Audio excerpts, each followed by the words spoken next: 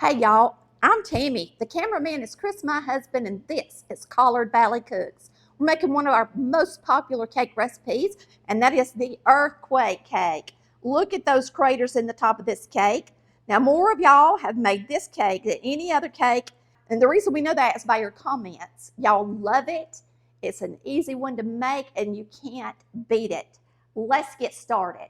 It's in our Volume 4 cookbook. It's delicious. You'll be using sweetened flake coconut, a cake mix, some pecans, cream cheese, butter. Oh, it's got all the good stuff in it. The first thing you're going to do is mix up the cake mix per the package directions. Now, I ask you to use a German chocolate cake mix because it's supposed to be kind of like a German chocolate cake, but all I had was devil's food, and that's what my kids and husband likes the best anyway because it's got more chocolate in it. And that's what we're going to be using today. I always start a cake mix with my liquids first because to me it's just easier to mix it that way. So we're going to be using a half cup of cooking oil, and this is just corn oil, a cup of water,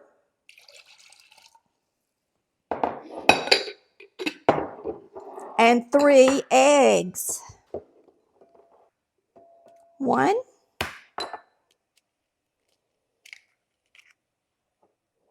2. This is easy cake to make, and the great thing is you don't have to make a icing to go on it, and it is gorgeous when you cut it.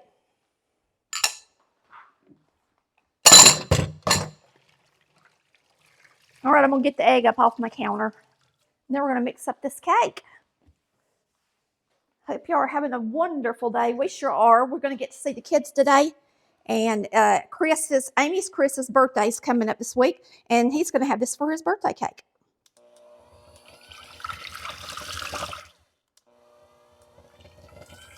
There's the liquids. And now we're going to put in the cake mix. Simple and fast.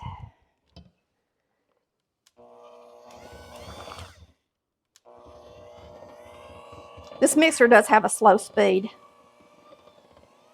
This is the slow speed. It is a Hamilton Beach Professional, and y'all, everything you see that I use in the kitchen is on the website.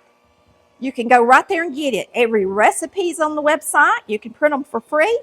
Our cookbooks are on the website. Our kitchen supplies are on the website.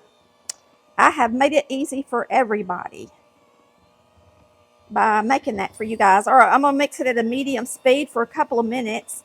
And once you get this mixed up, it's going to set to the side while you mix up the cream cheese mixture. Very easy to prepare cake.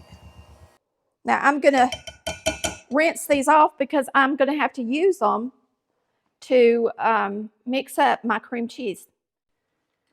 I don't know if you've ever done this before, but if you slosh them, especially a wire whisk or something like this, with a lot of force back and forth, it really gets them good and cleaned off pretty quick. If you want to do something like I'm about to do. All right, we're going to add 8 ounces of cream cheese and a stick of butter at room temperature into a bowl, and we're going to mix it really good. Then we're going to add it to our powdered sugar. I had Chris sift the powdered sugar today because it was lumpy. You want this to look creamy and be beautiful. So if your powdered sugar needs to be sifted, go ahead and sift it prior to mixing it up. And make sure that your butter and cream cheese is at room temperature so that you can get a nice creamy mix to dollop into your earthquake cake. And now we're just going to add about half this powdered sugar and mix that in at slow speed. And then we'll add the rest of it. It's 2 cups of powdered sugar. So that's 8 ounces of cream cheese, a stick of butter, which is a half cup, and 2 cups of powdered sugar.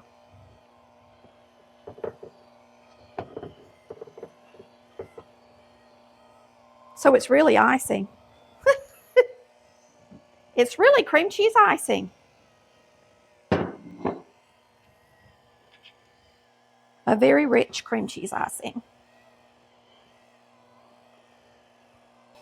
Y'all let us know if you've ever made an earthquake cake. And if you like German chocolate cake, you're going to love this. This is wanting to come up my beater. Very strange. Let me pull it out of there a little bit.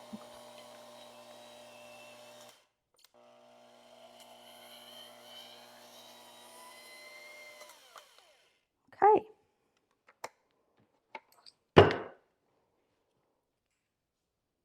Let me get off the excess. I hate to waste any of this good stuff.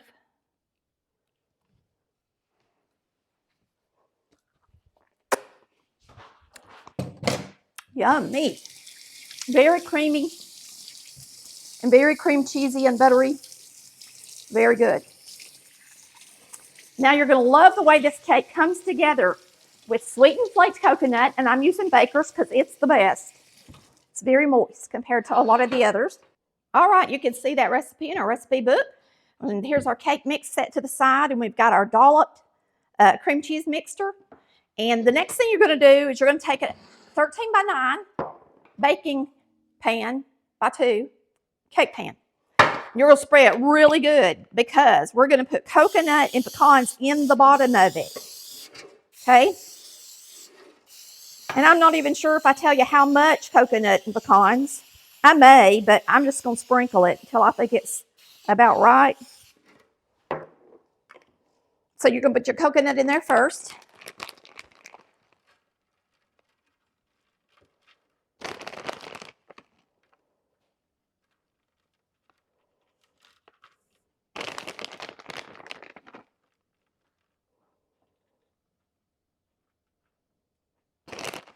Look at that coconut. Don't that look delicious?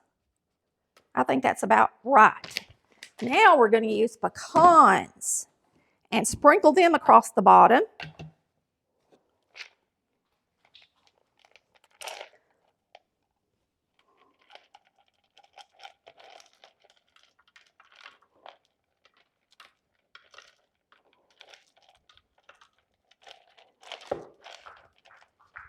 Okay.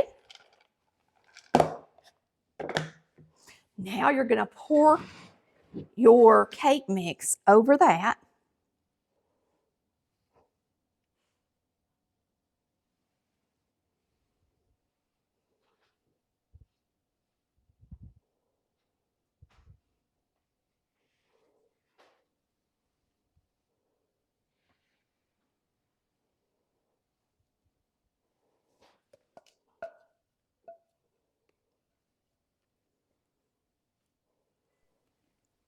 Try to get it even. And now I'm just going to take this and we're going to dollop it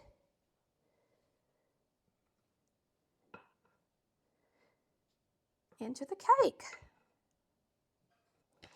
Now this is something that the kids could help you do because it's so easy to make just by placing that coconut and pecans on the bottom.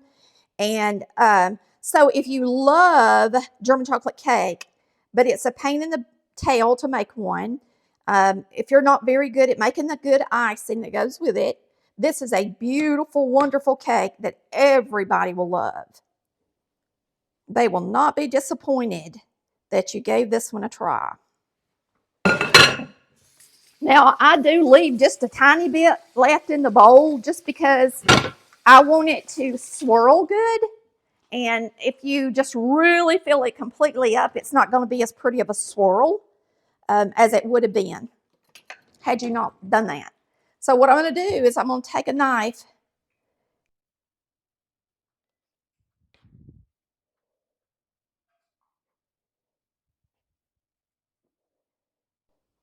My cream cheese mixture is kind of cool. It's not as thin as the cake mix, so it's taking me a minute to get it swirled in.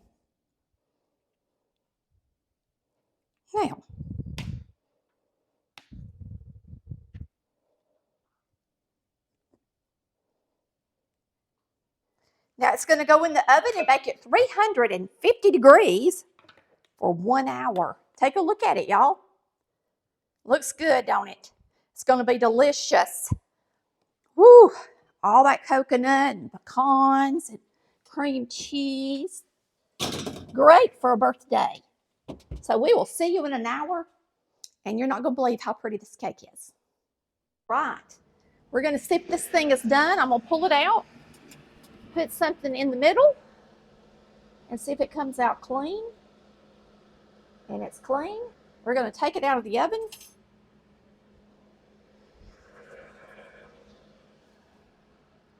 Now, look at that. Isn't that pretty? And I've often wondered, always turn off your oven. I've often wondered what it would look like if you did flip it upside down on a serving platter. So today, I'm going to cut a piece of this cake while it's hot. I'm also going to cut out a section and flip it upside down on a plate, and we're just going to see how it looks that way. So we're going to look at it two different ways. But I think they call it the earthquake cake because once it cools down, it'll have little cracks in it. And I would imagine that's why it's called the earthquake cake. I'm going to cut it while it's hot, y'all.